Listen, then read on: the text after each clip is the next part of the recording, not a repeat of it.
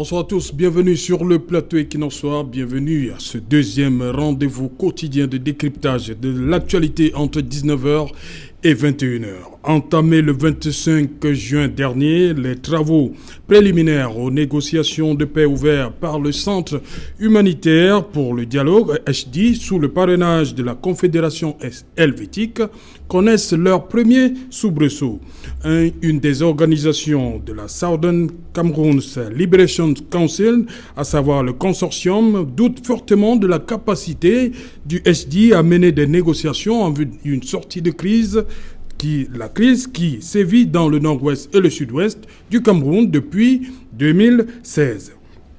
Bien que n'ayant aucun représentant à ces assises, le consortium soupçonne fortement le médiateur d'agir sous le nom du gouvernement camerounais. L'organisation de la société civile que dirige Djonba Akuro se désolidarise ainsi de la démarche adopté par le médiateur, à savoir le Centre humanitaire pour le dialogue.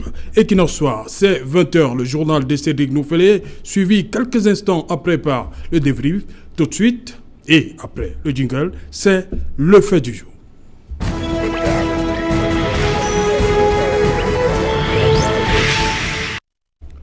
Crise dans le nord-ouest et le sud-ouest du Cameroun. Où en est-on véritablement à Genève? Pour en parler, je suis en plateau ce soir avec Barista Tabon Karl. Welcome, sir. Thank you very much, Salut Otu, once more for inviting me to this precious program, the program which is watched worldwide, and I appreciate that. Before I give you back the microphone, say there are certain things I would like to, maybe some people... Give him back the microphone. Please, allow me to say something. Before I give you back... Allow me to go ahead, please. Allow me to go ahead. Do not interrupt me. Don't interrupt. Do not go as those ruling this country. Allow me to go ahead, please. Go ahead, okay. I'll first of all start by greeting my precious mother Tabon Seran Say and my daughter, my precious last daughter, which is about 9 months, she's 9 months today, Tabon Karl Ashley Constance Biele. So thank you very much. I know the topic of today we're talking about what is happening in the southwest and northern region of Cameroon. Where have they gone? How far have they gone as far as the dialogue is concerned? The type of dialogue we have today in Cameroon. By the way, as time will fail, we're going to see we're going to share ideas and really see how it can go with it. Barista, you are here as a member of the civil society, right? Am I right? It is very true. I'm here in the capacity of member of civil society because I love you, Fa, and my co-panelists. That is the reason why I'm here like a member of civil society in order to defend the people's right. Okay. Thank you. En face de vous, Eric Yombi. Bonsoir Eric.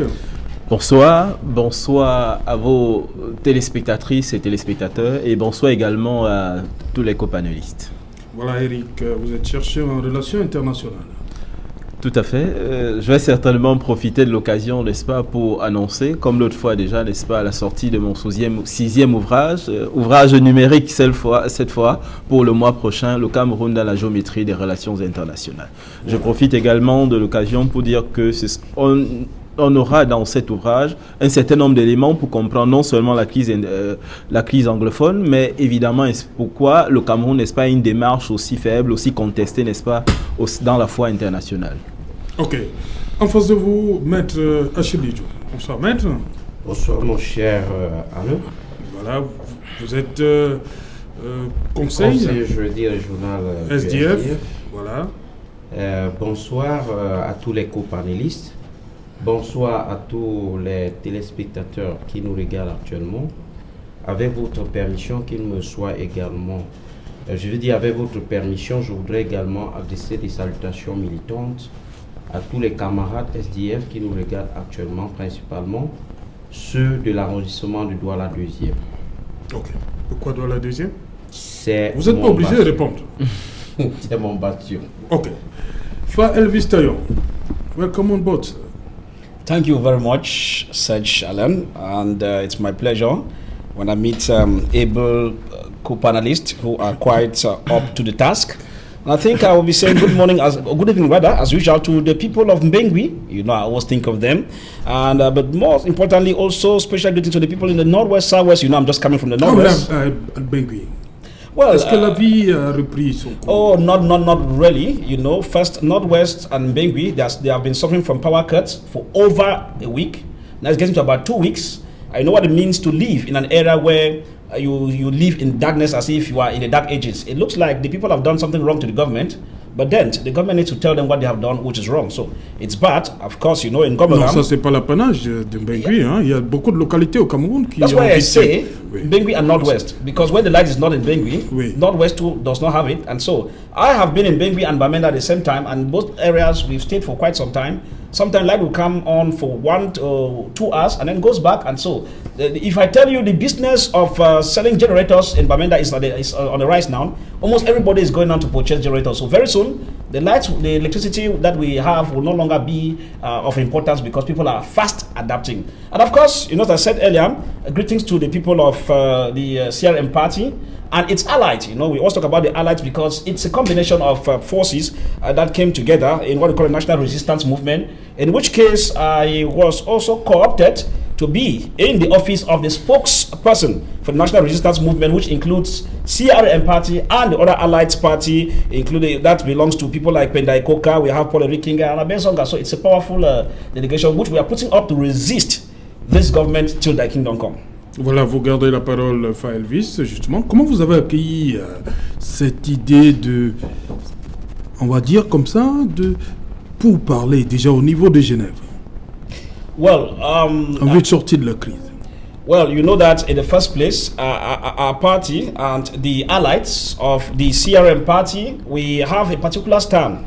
You know, when it comes to the Northwest, Southwest, you understand such that one of our principal aspects as far as our moving on the street or manifestations are concerned has to do with no to the war in the NOSO. You know, that has been on our agenda, away from the no to the electoral hold up and also the issue of corruption of the CAN project. And so in this case here, you realize that the issue in Switzerland suits well in our context because in the aspect of our party, we felt very happy that Switzerland accepted to mediate in order to bring an end to the crisis in the Northwest and the Southwest. But then, you know, we had many other shortcomings which did not keep us very well. One, we realized that the government that is the principal actor in this crisis, that's the government, regime in Yaoundé, we realized that the regime itself that acts in an illegitimate form was not able to put in place good faith. I say not able to put in place good faith. For us, Serge, holding the talks in Switzerland is not the problem. The problem is there are indicators that if they were put in place, I think CRM and the allies would have been very happy. And indicators were absent. For example, when you have the good intention to put in place dialogue or preliminary phase of dialogue, there are certain things you must do. One, you must be able to release the members of the CRM and their allies who are in detention, those who were detained during the pre-electoral period. You must release them, and those who were detained during all the various protests that we have. Now, if you move on to that, we too thought that if the government, as it is in Yaoundé, was serious. Il y a un rapport avec la crise anglophone. Come again? Il y a un rapport. Yeah. Libération. It has, Serge. Why do I say it has? When you want to, you know that the state calls the Anglophone problem as a state problem. Now, there are actors that have a connection to it. Now, if we are talking about the Anglophone problems, we strongly believe that you should take a holistic approach as on the side of the government, which they show a lot of illegitimacy in their actions. Because you release Professor Maurice Kamto, the allies, Abesonga, and the rest, you get far as releasing all those, including Ayuk, Sesekou Tabe, the rest of those who are involved in the Anglophone crisis. Voilà, on se sera attendu à ça. I think we do not see that like surfacing somehow in the preliminary phase. And because of the absence of all of this search, I'll tell you that if we say CRM and its allies are happy in the issue in Geneva, we are not too happy. But before then, know that other issues came up too. Even, but I'll be coming back to give you more on what came up, which still makes us not to be very happy. Maître Ledio, vous aussi, vous admettez que c'est une bonne, c'est quelque chose de bien déjà de se retrouver à Genève, mais parce que lui il pose un mais, hein, il fallait d'abord libérer certains, les prisonniers politiques. Comme il dit. Ben voilà, Serge. À votre question, je vais dire que fondamentalement, au vu du contexte socio-politique de notre pays, tout homme politique, tout acteur de la société politique devrait travailler pour un retour normal à la situation. Alors, nous avons appris de certaines sources que la Suisse est engagée, ou alors s'est engagée dans un processus de dialogue ou alors de médiation entre les séparatistes anglophones et bien évidemment le gouvernement camerounais. Il faut dire d'entrée de jeu que cette initiative en elle-même est louable, puisque si vous avez bonne souvenance, le Social Democratic Front a toujours sollicité un dialogue républicain inclusif. Alors, maintenant, avec ces récentes manifestations qui ont eu lieu, je crois, le 29 juin. À Genève? Oui, à Genève, lors du séjour du président de la République. La question maintenant est celle de savoir si les répercussions que ces manifestations ont eues ne pourront pas saper les bases de ce dialogue. Autre questionnement, pourquoi est-ce que nous, les Camerounais, aimons toujours consommer ce que nous ne produisons pas? Pourquoi est-ce que nous sollicitons une médiation étrangère? Pourquoi est-ce que... Vous voulez dire, vous comprenez pas, alors que le leader, le chairman Ni John Fondi s'est proposé un médiateur. C'est ce que vous voulez faire comprendre. Le chairman s'est proposé médiateur. Et il faut comprendre qu'il y a des préalables. Donc vous êtes déçu? Ça vous dérange? En tout cas, ça ne nous dérange pas. Le problème n'est pas chairman ou pas. Oui. Le problème est celui de savoir quelles sont les balises de ce dialogue qui profile à l'horizon. Il y a des préalables, que vous ne le voulez pas, il y a des préalables. Entre autres préalables, il y a la situation de nos concitoyens qui sont, qui ont été arrêtés dans le cadre de cette crise dite anglophone. Il y a des préalables. Pour jeter les balises, il faut savoir que au Cameroun, nous avons de la matière grise. Nous avons des personnalités, des acteurs de la société civile. Nous avons des acteurs de la société politique qui sont dotés d'un potentiel de crédit avec un champ compétentiel avéré qui puisse leur permettre de pouvoir arborer valablement le costume de médiateur dans cette crise. Moi, je pense, pour ma part, que l'on gagnerait à rester face à face et dialoguer entre nous.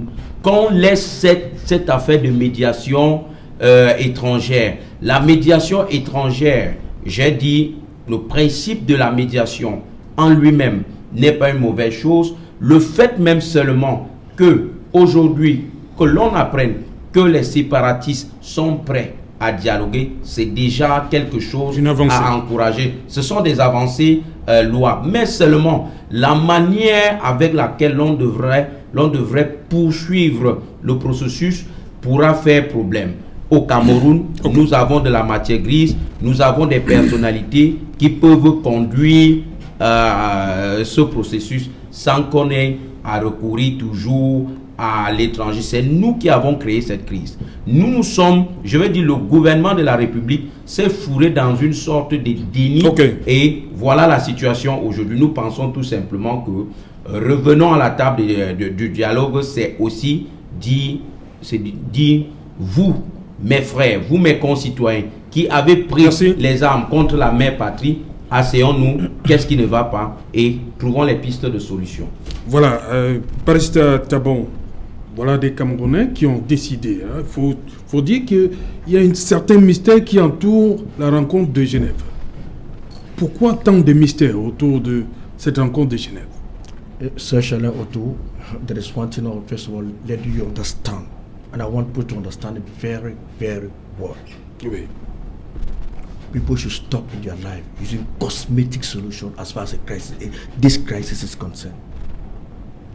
Before you go in to dialogue with your people, there are certain conditions you have to put in place for that dialogue to work. They have said, I will not talk about MRC party here. I'm talking about the Anglophone leaders which were arrested, ferried from Nigeria back to Cameroon. And under harsh conditions and first of all, under donc pour vous, c'est la condition sine qua non. Illegal detention. They were leaders. But let me tell you something. There is somebody in this crisis that you have totally forgotten about that person. That person is called Mancho PBC. Non, on parle de lui tout à l'heure avec son initiative. This is the core of the crisis in 2016. He is the person. And I want this government to be serious once and for all in their life. You will not leave your own country, find yourself in Swiss because your compatriot are afraid to you are afraid to sit and dialogue with your compatriot. We all are Cameroonians. We can sit in Cameroon. The government should calm down and bring down the shoulders. We know they have all the arsenal, they can do whatever thing they want to do. But they should come down and bring down the arsenal, and this will be a way forward, telling Cameroonians, telling English-speaking Cameroonians or Anglophones that we have this, okay, we are now serious and sincere as far as dialogue is concerned. We didn't say dialogue, we said inclusive dialogue. There's literally dialoguing and inclusive dialogue. Before we go in for inclusive dialogue, there are certain things we have to put into place before going for inclusive dialogue. I have been, I'll begin by naming them. First of all, demilitarize the English-speaking regions. Demilitarize those regions. Secondly, set free all. Est-ce qu'on peut vivre sans l'armée? Free all the Ayoktabe and free all the Ayoktabe and Co. Free all those who, as a result of Anglophone crisis, are in Konengi, Newbell prison, and all the prisons all over Cameroon. Free these people. Now, when you do this, you will not be telling English-speaking or Anglophones that you are ready for dialogue. You don't sit and you meet in Swiss or Geneva and your dialogue. And let me tell you something. What I heard from a source today at Equinox or the Federal Cameroon, from Bobo Benga, if that is true, my dear, therefore this crisis has about 10 years again. The time has come for this government to sit up and bring out concrete and everlasting solutions. And I'll tell you something, maybe people do not know. Nobody knows the Anglophone problem more than the president of this republic called Mr. Biya. I quite remember 1973 when there were 4 of them that went in. When Aïdjo, they were sent by Aïdjo for them to really see what is disturbing Anglophone. There were 4 of them. We had Paul Biya, Dorothée Munganjoma, Aboma Choi, and one other person which the name is not coming. Biya, Mr. Biya knows this problem more than you and I sitting here. But they have completely refused to dialogue because that chair, what we call the presidency, nobody wants to leave that particular place. That's the more reason why we are where we are today. And let me tell you, it started in 2016, like as if the people were joking. We are not in 2019, and I'm not sure that in September coming, children will be going back to school. They are now delocalizing the Presbyterian church, the Presby and the Catholic. They are not bringing the students close to towns. Therefore, the suburb. My village in Besali, will children go to school this year? 3 years. Please, oui, the time has come. Let me oui, restons dans le sujet. Vous avez dit que vous êtes contre le fait que les négociations, entre guillemets, commencent en Suisse. Pour vous, ça vous dérange? No, I have not said I am against that. I have said before you go in for an inclusive dialogue, there are certain conditions that you have to put in place. For example, you release all those. Ok, on vous a compris. Il faut libérer tous ceux qui est les leaders. Vous avez dit.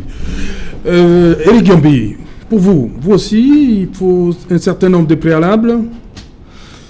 Avant ça, déjà la Suisse.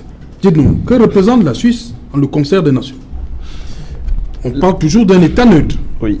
Dites-nous, dans les relations internationales, la Suisse. Il faut déjà préciser que la Suisse n'est plus un pays neutre. La Suisse a construit une identité dans les relations internationales en tant que pays neutre. Parce que pendant longtemps, ce pays s'est tenu à l'écart, notamment des Nations Unies. Ce pays a été pendant longtemps, n'est-ce pas, ce qu'on appelle un pays observateur aux Nations Unies. C'est-à-dire que c'est un pays qui peut participer aux réunions, mais sans toutefois notamment voter. Mais depuis quelques années maintenant, la Suisse, je confirme, est un pays qui appartient aux Nations Unies. Donc la Suisse a construit une identité en ce qui concerne les médiations. La Suisse a un savoir-faire avéré en ce qui concerne évidemment, n'est-ce pas, les médiations. Je dois aussi rappeler que la Suisse a toujours une longue tradition en ce qui concerne sa place dans le concert des nations. On sait notamment que le siège de la Société des Nations en 1920 a été basé à Genève. Ouais. On sait également évidemment que la représentation des droits de l'homme de l'ONU se retrouve exactement aussi à Genève. Okay. Alors, avant de répondre à votre question, si vous permettez... Vous voulez dire quelque chose je vais dire quelque chose. Il faut qu'on soit très clair. Oui. Lorsqu'on parle des négociations, d'accord, ce qui se passe en ce moment, ça signifie qu'on entre dans le dur, voilà, dans les sujets qui fâchent. Mais avant les négociations, il y a ce qu'on appelle les discussions préliminaires. Voilà. C'est ce qui se passe actuellement. Voilà. Il y a les discussions préliminaires. C'est-à-dire que c'est le moment où les différents protagonistes se retrouvent pour savoir, pour être d'accord sur l'agenda. On va discuter de quoi? C'est de ça dont il est question. Et on est d'accord en ce moment, sur le fait qu'il y en a qui sont en train de discuter. Voilà, il y en a qui sont en train de discuter. Il appartient à ces différentes parties de proposer que, notamment, les régions du nord-ouest et du sud-ouest soient démilitarisées. Il y en a aussi parmi ceux-là qui devraient notamment porter la voix du fait que la médiation ne devrait pas être là-bas. Alors, il ne faut pas qu'on se donne l'impression que ce qui se passe en Suisse, c'est uniquement, exclusivement la volonté du gouvernement camerounais. Ce n'est pas tout à fait. Il faut qu'on soit tout à fait clair. Il appartient à ces différentes personnes qui sont dans l'agenda, d'accord, de dire que nous ne sommes pas d'accord avec telle ou telle démarche. Je vais continuer en disant ceci, plus précisément. Mon frère, il a parlé tout à l'heure d'une approche holistique. Je partage son point de vue. Le gouvernement camerounais, pour mettre en place une machine de la paix, d'accord, un contexte de la paix, une vision de la paix, le gouvernement, pourquoi pas, aurait pu libérer notamment certains prisonniers politiques. Nous sommes tout à fait d'accord pour donner évidemment les indications sur le cap, sur le fait qu'il a la volonté de passer à autre chose. On attend donc ce dégel et je suis comme vous, n'est-ce pas, surpris de constater que ça n'a pas encore eu lieu. Mais il faut qu'on soit concret sur le fait qu'il y en a qui discutent et évidemment les sujets qui fâchent, on en arrivera tout à l'heure, on verra bien que, et c'est pour le regretter, en réalité, ce qu'on appelle les séparatistes, je ne suis pas d'accord avec ce terme, mais faute de mieux, je dois l'employer, ils ne sont pas eux-mêmes d'accord sur tout. Ah oui. Voilà. Justement, Elvis Taillon, on a cette conférence générale anglophone qui, décidément, on ne sait pas si elle va se tenir ou pas, parce que là, voilà, le consortium de John Bahakuro dit qu'il n'est pas d'accord, alors qu'il ne participe même pas. Donc il y a un problème, il y a déjà des... Donc, la nouvelle expression a dit aujourd'hui des fissures. Est-ce qu'il ne faut pas véritablement encourager le cardinal Toumi et les autres? Donc, on sait qu'au sortir de la conférence générale anglophone, il était question de désigner les interlocuteurs qui devaient aller à ce dialogue inclusif. Well, Sach, you have to understand something here, you know, like my co-panelist, Mr. Eric, you know, he was talking about, the fact is preliminary. Now, there's one thing we must understand. Anything you begin wrongly, it ends very wrong.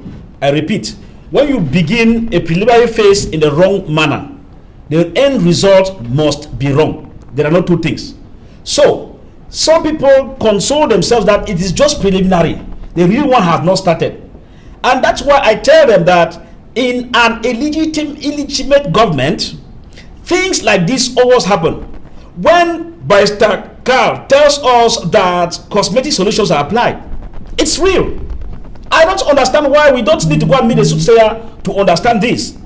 Because in the face of the dialogue, if persons are released, they will better form the harmonized system, or they better form those who can easily coordinate, those who can easily have a common idea or different ideas before coming to the platform.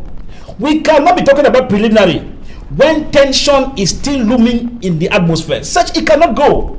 That's the reason why I say Geneva was a waste of time.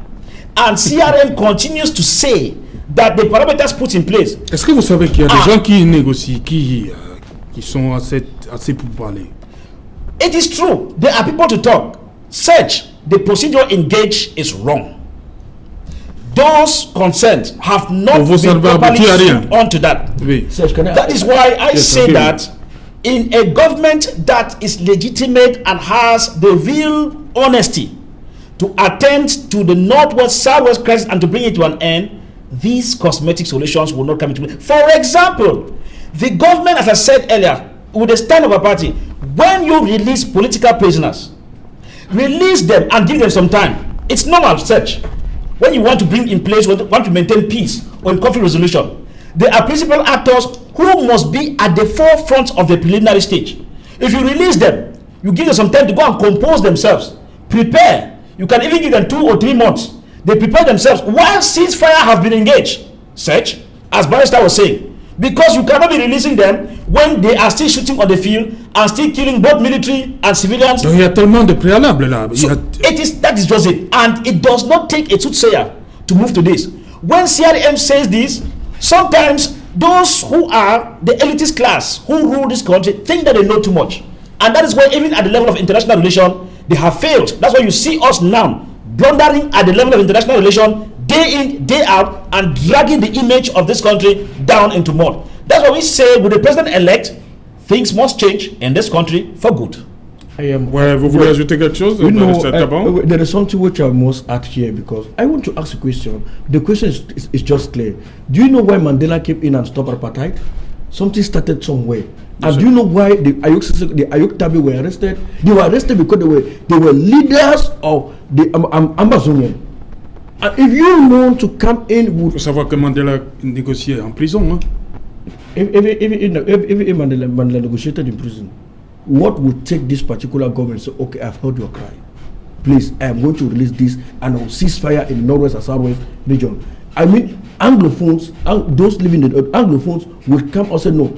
If the government has decided to bring himself down and to understand the fact that we are suffering and understand the fact that he wants real dialogue, we should stay calm and wait for dialogue and see the outcome or the consequences of that particular inclusive dialogue. That's it. They should begin in this life by releasing those who were arrested in Nigeria. These are the people that will bring in John Bakuru, because I know that Sisuka Ayuk is someone who is calm. He's a leader. He can bring. He can call his brother, the Manchu, the Ayabacho, and the Ayabacho, the Mabarata. He can bring them and we sit in on table. Look at how they're going on dispersed. Do you think if they go with the cosmetic solution, will they come out with the complete solution as far as the Anglophone crisis is concerned? I'll tell you no. They have to put they have to, first of all, to certify Cameroonians. That's the first thing they have to do. This dialogue, as my co-partner was saying, this dialogue, we Cameroonians, if the head of state wants that this dialogue should end, he should begin by placing his countrymen Cameroonians. That's what happens. Maître Lejo, on a comme l'impression que rien ne peut avancer si les leaders ne sont pas libérés. C'est ce qui semble se dégager là. Ça, parce qu'on sait qu'à Genève quand même, il y a des gens qui négocient, qui sont de ce côté-là. Il faut le dire. Hein, et il y a aussi une frange qui s'est désolidarisée. Ça devient très très complexe là. C'est très complexe et il faut le dire, il faut le reconnaître. Il y a des pourparlers qui sont engagés à Genève et nous avons appris aussi de sources concordantes que à travers ces pourparlers, c'est un mandat officiel de médiation que le président de la République aurait donné aux autorités helvétiques pour mener pour jouer ce rôle de facilitateur. Maintenant, je dis et je le répète, ce n'est pas courir qui est le problème. Si nous posons mal la problématique, c'est que sûr on aura des mauvais résultats. Pour pouvoir même organiser une rencontre au cours de laquelle toutes les parties pourront parler de façon, je veux dire, de bonne foi, il y a des préalables. Le co-panéliste tout à l'heure a parlé des négociations, des discussions préliminaires. Voilà, c'est ce que j'allais justement dire. Nous sommes encore au préliminaire. Je vais vous dire, Serge, la situation... Les négociations n'ont véritablement pas encore commencé. Hein. Ce sont des pourparlers préliminaires. Oui. Tout le monde connaît comment ça se passe. Le problème ici, et le cas actuel du Cameroun, c'est que le mal est tellement profond.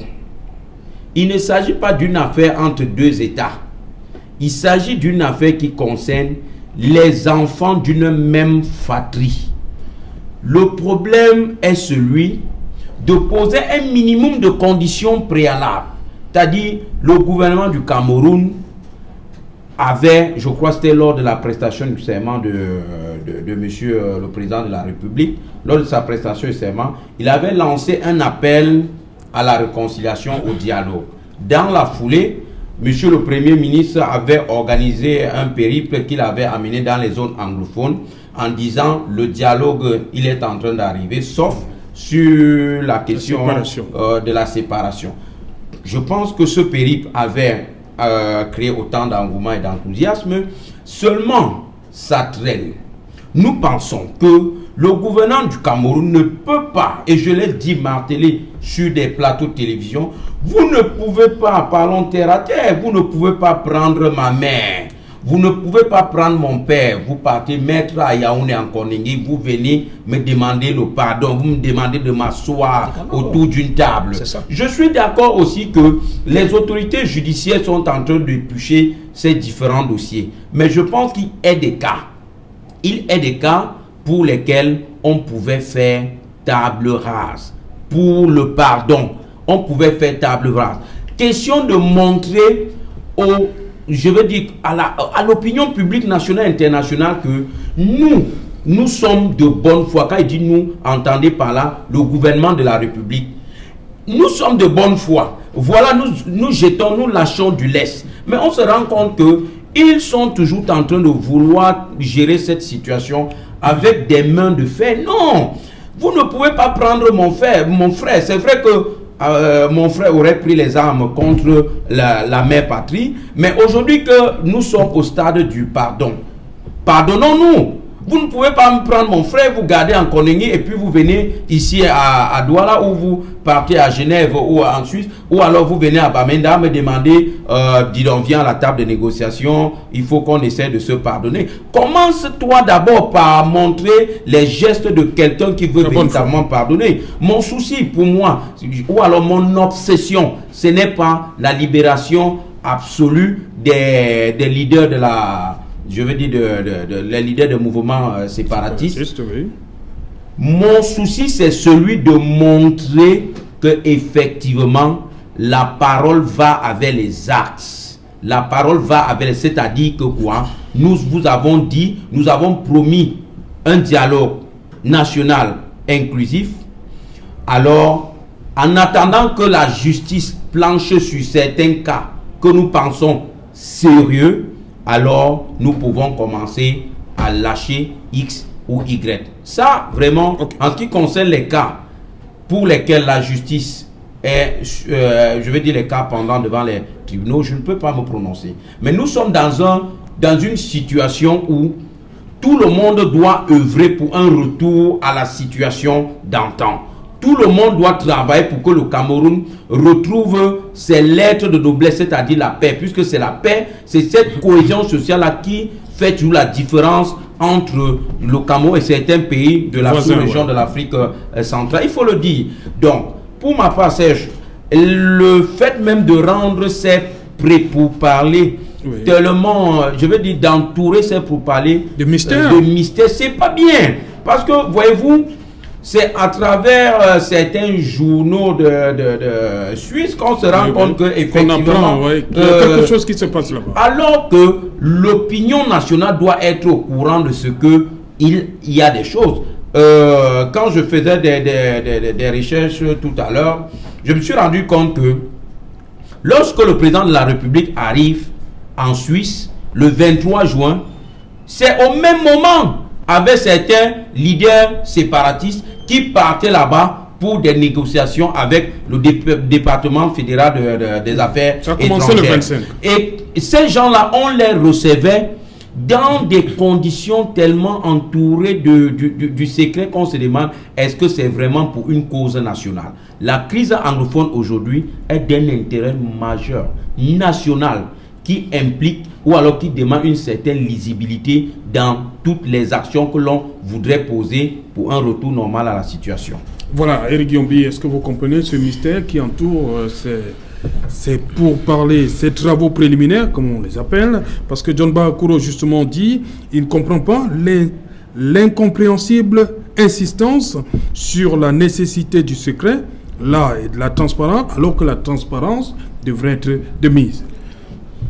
Il dit qu'il ne comprend pas pourquoi c'est tellement secret. La question que vous posez, elle est très très profonde. Et pour répondre à votre question, il faut non seulement interroger la façon dont le gouvernement a toujours communiqué, mais il faut aussi interroger la trajectoire et la personne même du président de la République. Oui. C'est un homme secret, on le sait, ancien séminariste. C'est un homme qui a la culture du secret. Et évidemment que dans sa façon de gérer l'État, il a malheureusement mis en marche ces mécanismes, ces constituants propres pour faire en sorte que l'État fonctionne comme lui. C'est-à-dire un État qui ne parle pas beaucoup, un État qui communique beaucoup moins, un État qui n'arrive pas forcément à comprendre l'autre.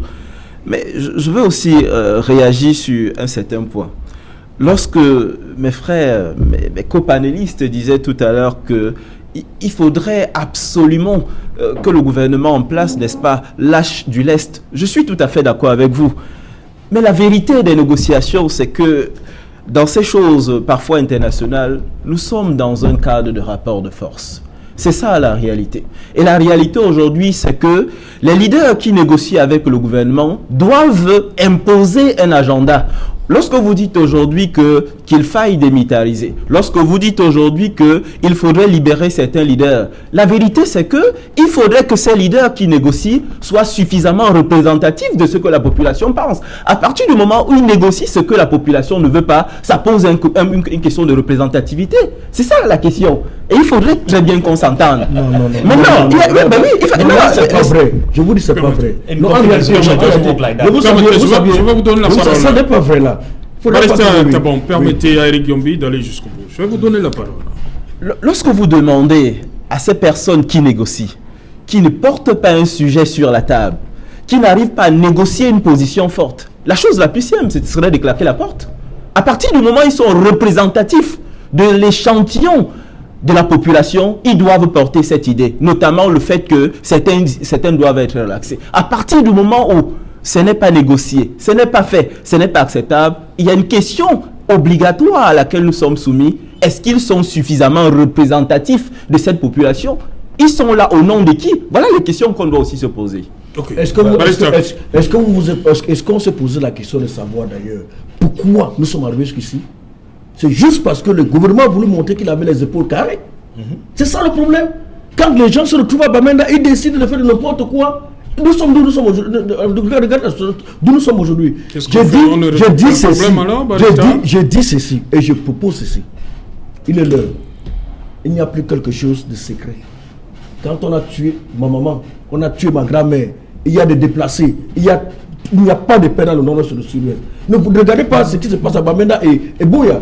Allez dans what we call in the suburbs. Yeah. Get to suburbs. You know what the suburbs. That's where the Anglophone crisis is concerned. The moment has come. This government should stop being they should stop behaving like fathers and all the like. The time has come. Tell Cameroonians the truth. That's all we want. Only telling Cameroonians the truth is better. En disant la vérité aux Camerounais, vous apaisez les cœurs. Et quand on apaise les cœurs, ça c'est ce qu'on appelle début de solution. Et pour monter ce début de solution, il faut que le gouvernement vienne avec une bonne foi. C'est la raison pour laquelle les gens comme les Akuru décident de partir.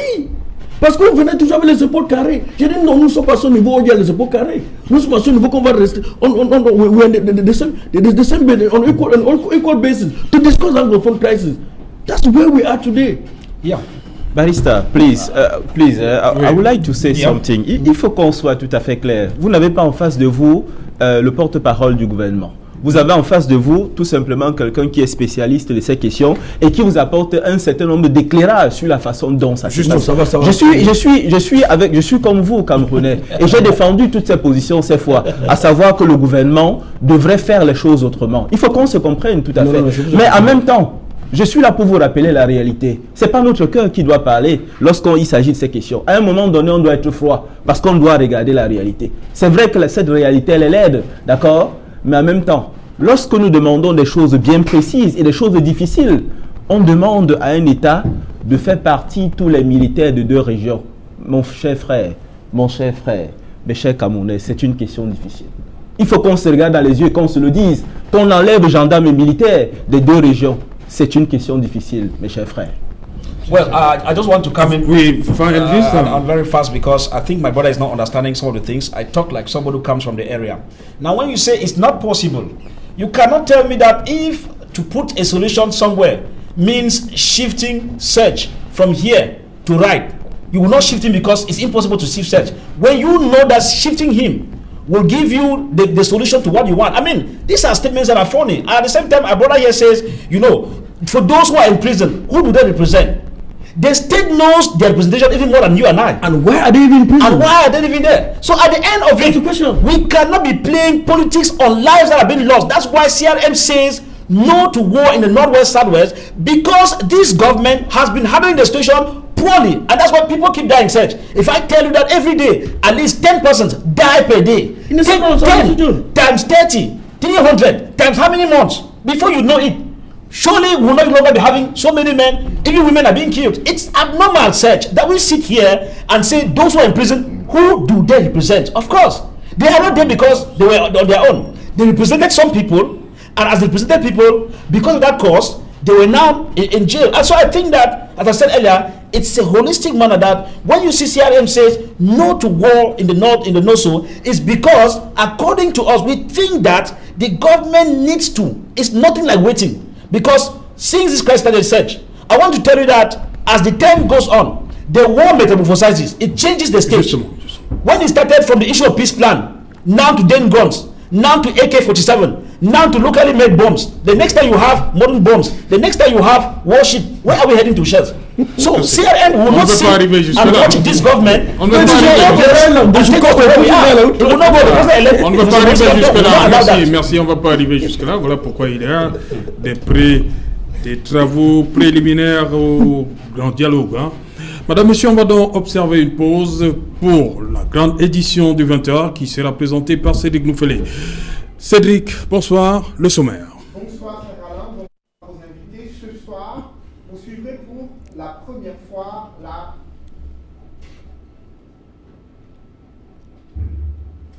Dans un instant, Cédric Nouffelé sera là pour vous présenter le sommaire de la grande édition du 20h.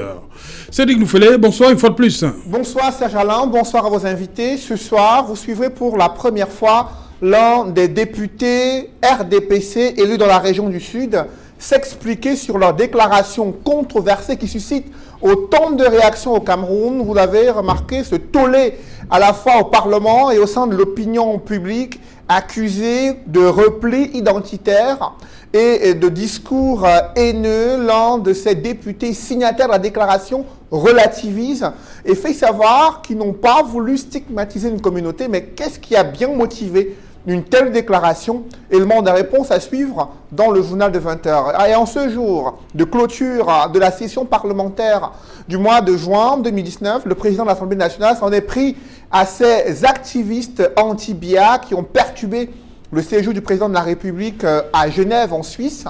Et le député SDF Joshua aussi estime que ce n'est pas la priorité. L'heure est à la résolution de la crise anglophone. Vous écouterez leur réaction dans le journal de 20h. Et nous irons dans le Mungo, là où l'ambiance est électrique sur le campus d'un lycée et pour cause. Des parents d'élèves s'insurgent contre l'opacité et la mauvaise gestion des frais de l'APEE. Ils dénoncent une gestion qui ne permet pas d'avoir une lisibilité sur les projets en cours. Pourtant, nous sommes à 2 mois de la rentrée scolaire. L'épineux problème lié à la gestion de l'APE se pose depuis de nombreuses années au Cameroun. C'est l'enquête du 20h. Serge Alain. Voilà, c'est donc la fin de cette première partie qui nous soit. On se retrouve après pour le débrief, madame, monsieur.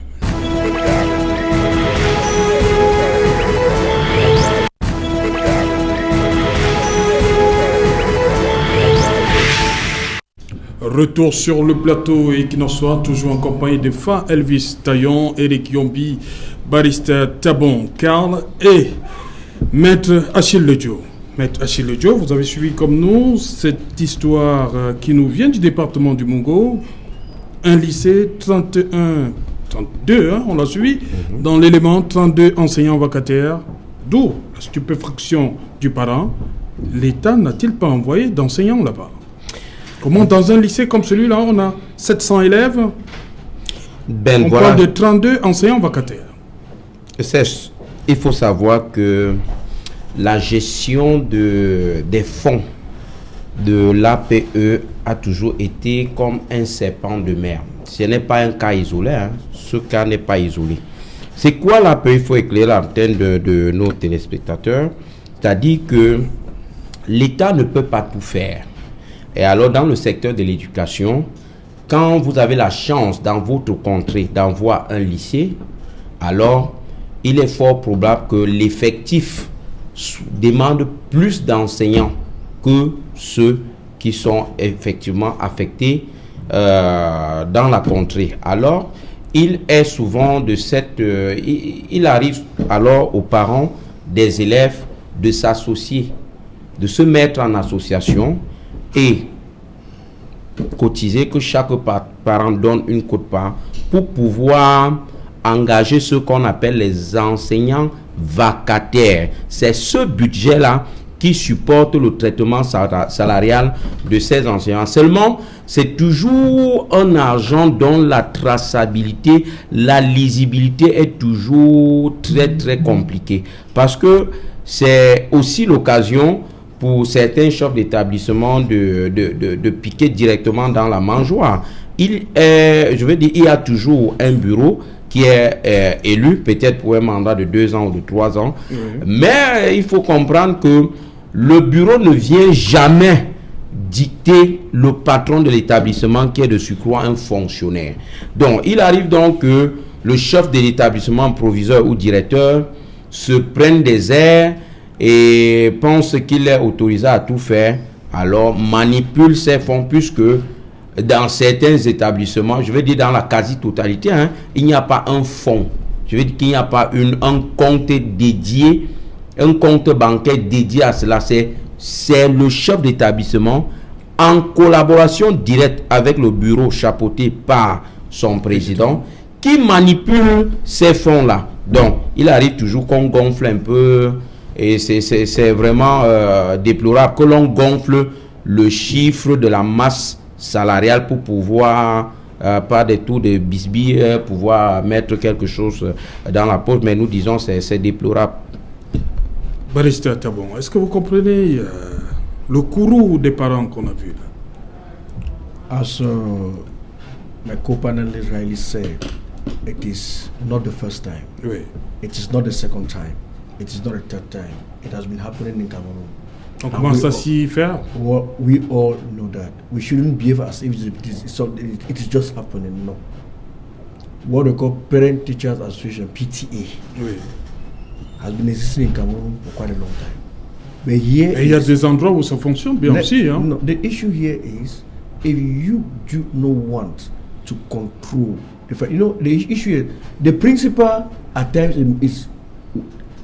has all the authority as far as the money is concerned. At times, even the president of the PTA, has nothing to say. And when the principal and the PTA president are loggerhead, that is when you get this type of information. The moment they are together, you will never get this type of information. Even lay private schools, Oui. most of the lay private schools in Douala that I know, they have deliberately refused to apply, to bring in what we call the Parent Teachers Association. You know why? Because the moment they apply, the president of the PTA will want to control the school. But in a situation where it concerns civil servants, a principal will take onto him. I cannot call it embezzle people's money. And when he is called upon to come and give out, render his account, you saw what I saw there. You watch what I saw there. His seat was empty. Where are the authority in place? He is a principal sent by the government, sent by the Ministry of Secondary Education. The authority in place and the judicial court and the judiciary should do his job. This man is supposed to be arrested, and only God knows why. And you know something? Tomorrow, this man will appoint someone or remain there to tell that Il sera promu. D'ici sera promu. Tomorrow, you either see that man becoming a delegate, or he's appointed in another bigger school as a principal, or you meet him in that same school where parents don't want to see him. That is how our nation function. That's the more reason why Search and O2, this is going into what it has a little bit of connection in what is happening in Northwest and Southwest region of Cameroon, because of this type of jungle type of how the government rules its people as if they were not people, as if they are ruling, though the people they are ruling are Cameroonian, and they who are ruling Cameroon are on transit. That's the more reason why you see this type of situation. Okay. And that this is one of the root causes of the Anglophone crisis, where you decide to do what you think is right, send Francophones to come and teach English, send Francophones to come and teach Anglophones, send French. Non, on va pas faire ce projet, je vous en prie, Non, je vous en prie. Ok, c'est pas ça. Eric Yombi, justement, on parle des 700 élèves, et on a suivi la dame, elle parle de 22 000 en moyenne, hein. Donc j'ai fait mes petits calculs, ça fait 15 400 000 francs CFA récoltés dans ce lycée. Tout à fait. Voilà. Et il paraît qu'il y a un bâtiment qui devait être construit à hauteur de 3 millions. Le bâtiment, à peu près, hein, je ne sais pas si c'est le montant exact, le bâtiment n'est jamais sorti de terre. Le proviseur a été invité à cette assemblée générale, il n'est pas venu. Comment analyser tout ça? Moi, ma réaction, elle est simple. Ce qui se passe dans ce lycée est symptomatique de ce que le Cameroun est en réalité. Oui. C'est tout simplement un problème en miniature du Cameroun. C'est un pays qui a tout le potentiel, mais dont on a du mal à voir son projet. S'il est vrai que la question de l'APE a répondu à un besoin à un moment précis, parce qu'il fallait l'accompagnement des parents, oui, évidemment pour construire un certain nombre de salles de classe, aujourd'hui, la vérité, c'est qu'il faut regarder de près cela, parce que certainement, ça pose plus de problèmes que ça ne résout. Et la réalité, elle est celle-ci. Nous sommes dans un pays où c'est avec l'argent des parents, c'est avec l'argent des parents, en grande majorité ou exclusivement, qu'on construit de nouvelles salles de classe. C'est ça la réalité. Et si on regarde de près, on aura même l'impression que le Cameroun est l'un des rares pays qui se comporte de la sorte. Ah oui. Et la vérité, c'est que quel est le vrai projet du Cameroun en ce qui concerne l'éducation? Nous parlons aujourd'hui des salles de classe, certainement, mais les enseignants, est-ce qu'ils sont bien formés? Est-ce qu'ils ont des ordinateurs? Est-ce que les enseignements qu'on leur donne, est-ce que tout ce qu'il faut concourt à faire des enfants de 2019 ceux qui seront compétitifs pour bien gérer le Cameroun et éventuellement être en contact avec les autres de certains pays de telle sorte qu'ils puissent en sortir? Donc on a l'impression qu'on ne voit pas le projet Cameroun comme on ne voit pas le projet de l'éducation au Cameroun, tout simplement. Ok. Elvis et Barista dit que ce genre de situation, c'est parce que quelque part le proviseur et le président de l'APE n'ont pas pu accorder leur violon. Quand ça se passe bien, il n'y a pas de tout ça. C'est votre avis aussi? Yeah, no, he's right. He's on the right track. He's on the right track, Serge. You know that what the state has produced over the years as monster of corruption is what the state is now harvesting. When we sit and say here and that no to corruption or embezzlement on the AFCON project, if President-elect Professor Maurice Kamto is saying it and the allies are saying it, it's not because we lie, because we have studied this nation, Serge.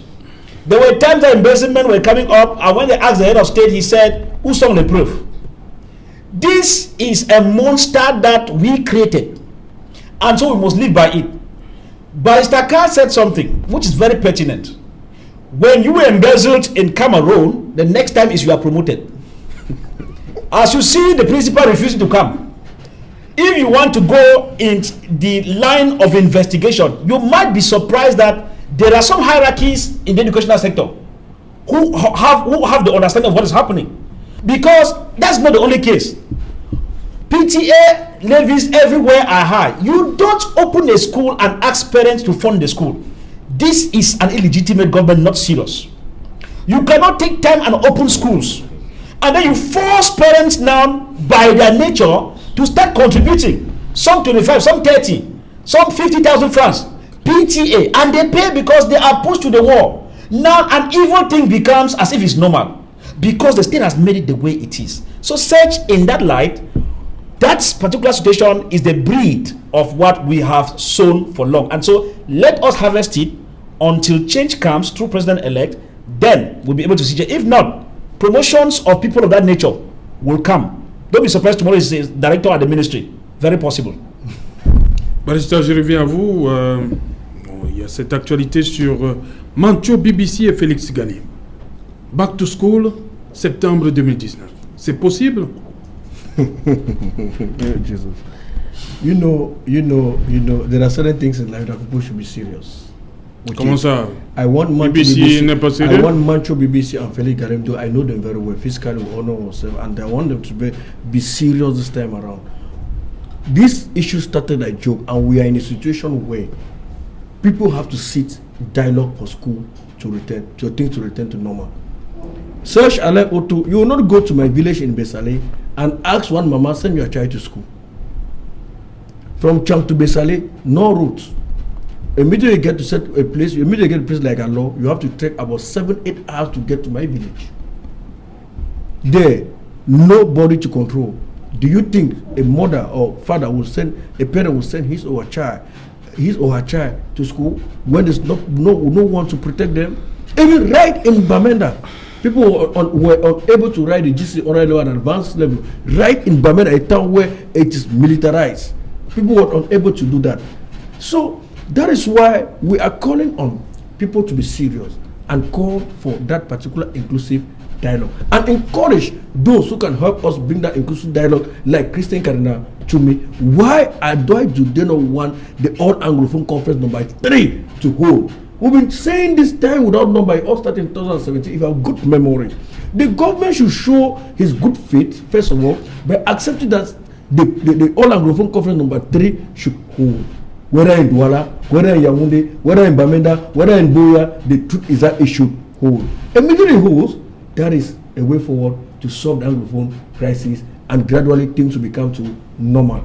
People should be serious. Cameroon is not a nation that was borrowed somewhere and one day we are going to return it to rightful honor. Okay. People should stop ruling this country as if Cameroon was borrowed and one day to give it to rightful honor. Do you want is France the rightful honor, or do you don't want to? No, I see why they are on transit. That's the more reason why they have all the mansion abroad and Cameroonians are suffering. You're talking of benches. You're talking of a school. You're talking of benches. Have you gone to Marwa? Have you gone to the suburb in Marwa? I mean, people study sitting down. They don't have any benches to sit. Is that a country where we're supposed to be in the 21st century? I will tell you no. Cameroon is Africa in miniature. Cameroon is one of the richest countries in the world, and Cameroonians are suffering. There's irony in it. The time has come. The president of the republic should sit up and see how he can solve this particular problem. He can remain there for over internally, but let him solve our problem. That's what we want. Thank you very much. Oui, justement, Maître Ledio, sur cette situation. Maître Barista Tabon semble être sceptique sur l'initiative de Mancho BBC et Félix Galim, au regard du contexte. Justement, Serge, mes convictions républicaines me demandent tout simplement d'apprécier l'initiative de Félix Galim et Mancho BBC à sa juste valeur. Parce que, voyez-vous, pour ceux qui ne connaissent pas Bibi Mancho, c'est l'un des pères fondateurs de ce qui est aujourd'hui appelé révolution du Sacre. Pour moi, je pense qu'ils ont compris ce que Henri Roland de Villarceau disait. L'école est le creuset où s'élabore l'avenir d'une nation, d'une génération, je vous l'ai dit. L'école, c'est le creuset où s'élabore l'avenir d'une génération.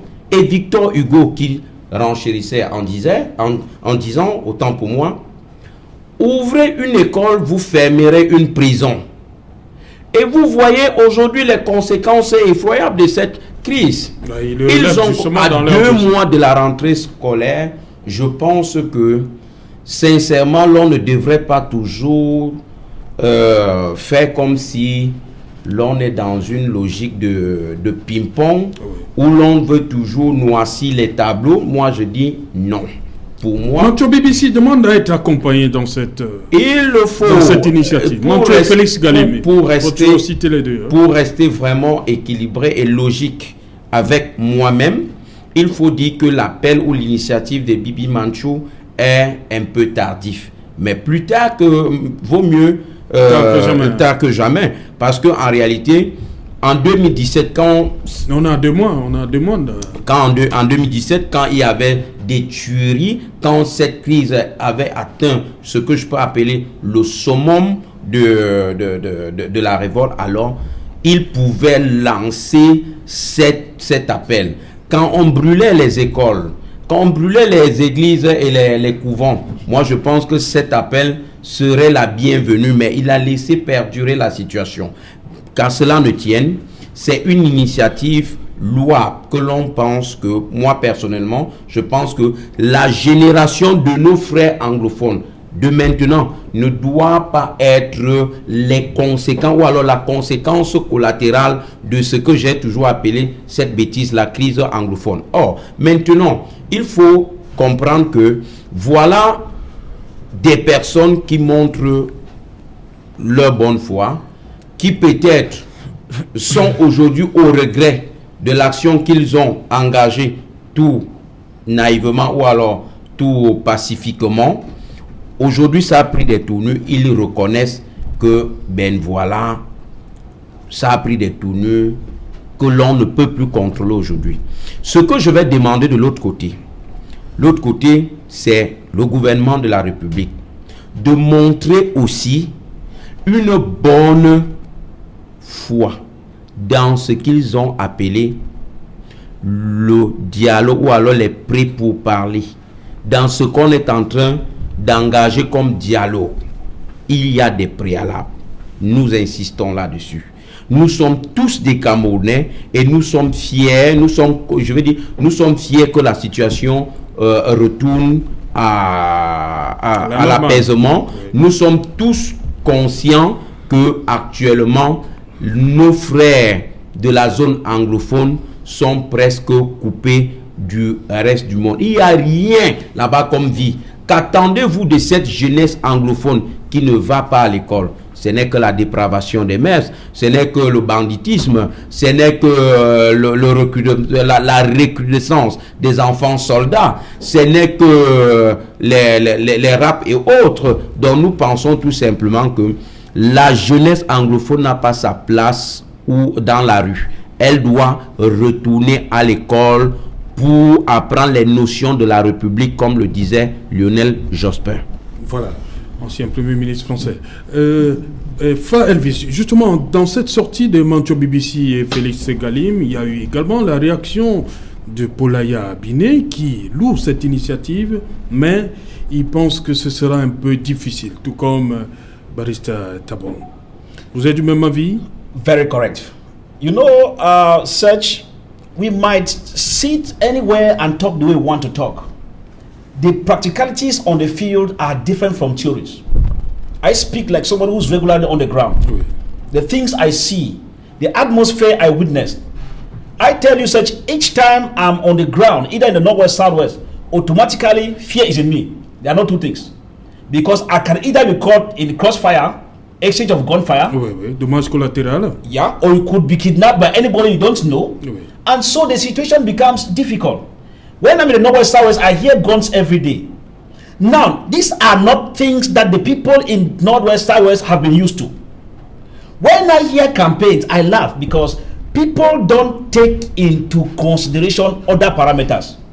Such, we should be serious, just like Barrister Kali said. Est-ce que vous pensez que Mantio BBC n'a pas pensé? Ils n'ont pas pensé cette affaire? Such, he has not. Why do I say so?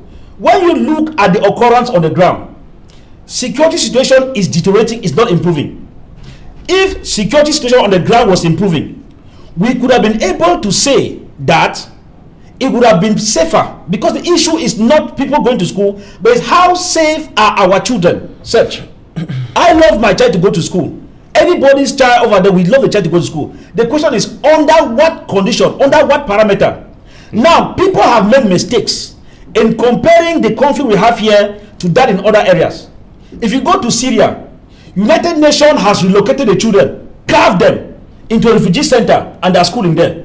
Such is different from Northwest.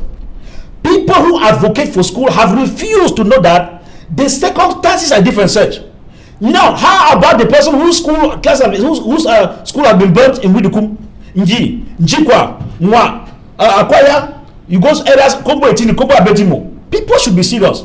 In this case, if the government thinks that school should return, the government should pass through various agencies and they allocate special education centers whereby it will obviously be protected, and then we can force the children to go and sit there like refugees and study in that camp. It will be good. But in this present dispensation, what Aya Paul Abine said is very correct. You cannot tell children to go to school when you cannot guarantee their way to school and their way back. Especially such in a situation whereby you don't trust the government and the government does not trust the fighters, so each and every one of them don't trust each other. If your child is kidnapped, the next thing is you will say is military. If your child is kidnapped, the next thing you say is Amber fighters.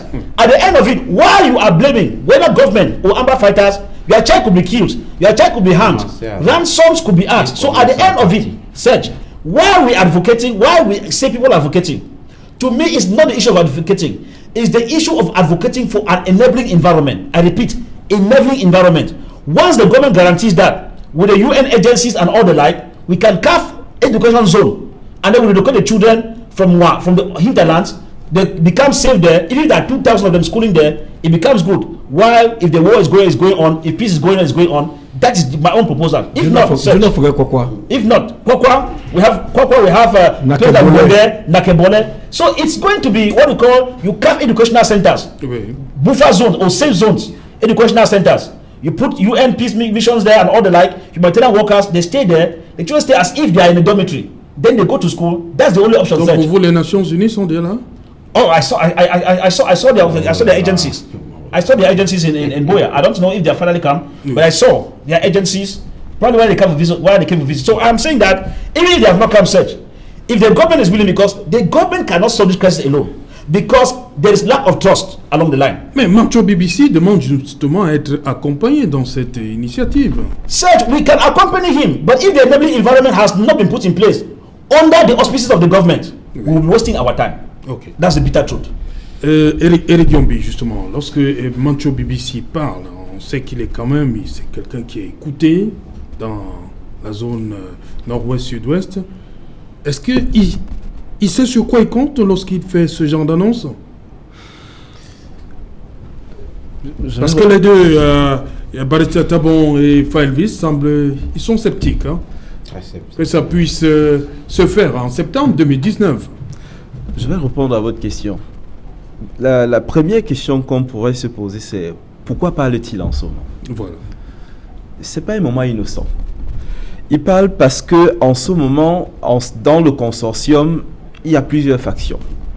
Plusieurs ne sont pas d'accord en ce moment sur les directions à prendre sur un certain nombre de questions.